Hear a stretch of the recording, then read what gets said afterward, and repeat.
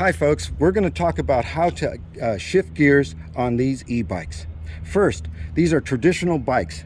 Like traditional gears, we have up gears and low gears. So as you're riding today, you're going to be shifting gears while also having the power on. We're going to talk about the power soon. As you're shifting, you could see as I click this button, the gears go up, up, up. Now to downshift, down, down, down. Now, we always want to return, when we return to the shop, we always want to return in a low gear, first or second gear. In fact, when we start off today, we'd prefer you to start off in the first and second gear as you power up. Now, let's demonstrate the power buttons. You're going to see a set of buttons here that are plus and minus.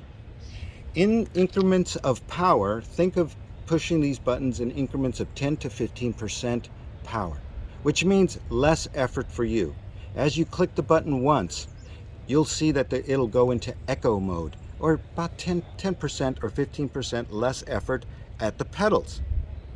As you continue to click plus, it'll increase electricity in those increments, and you'll see that you'll have up to 50 to 60% less effort going up hills or on level ground.